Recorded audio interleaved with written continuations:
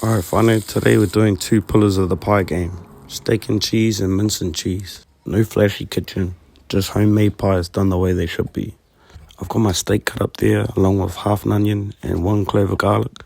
I'm just dusting that steak in flour now, and then we're going to brown them up in the pot. Once it's brown, you're going to set it to the side in another bowl. Now with that same pot, we're going to start the base of our gravy.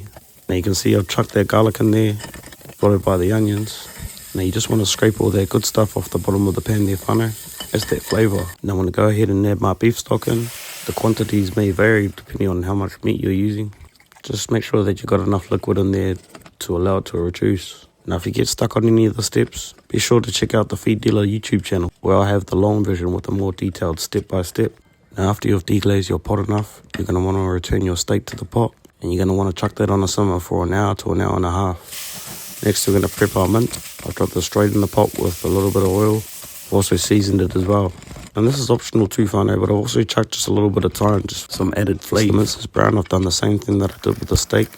And I've chucked an onion in the pot to glaze it, along with the garlic. And then I've chucked that mince back in. Then I've topped it up with some beef stock.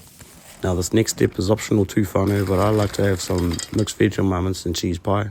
Not on the steak pie though, just the mince and cheese.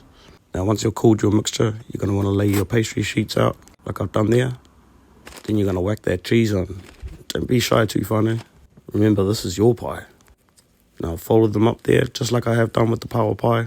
And if you haven't seen that one, go check it out. Now I've got my egg wash mixture here that I'm brushing on, along with some sesame seeds. Now that's optional too, whānau, but I like them. And then you're going to whack them in the oven at 180 until they're golden brown or oozing out like that. Fuck, that's a potential argument in the morning. This isn't gourmet, whānau. This is homemade.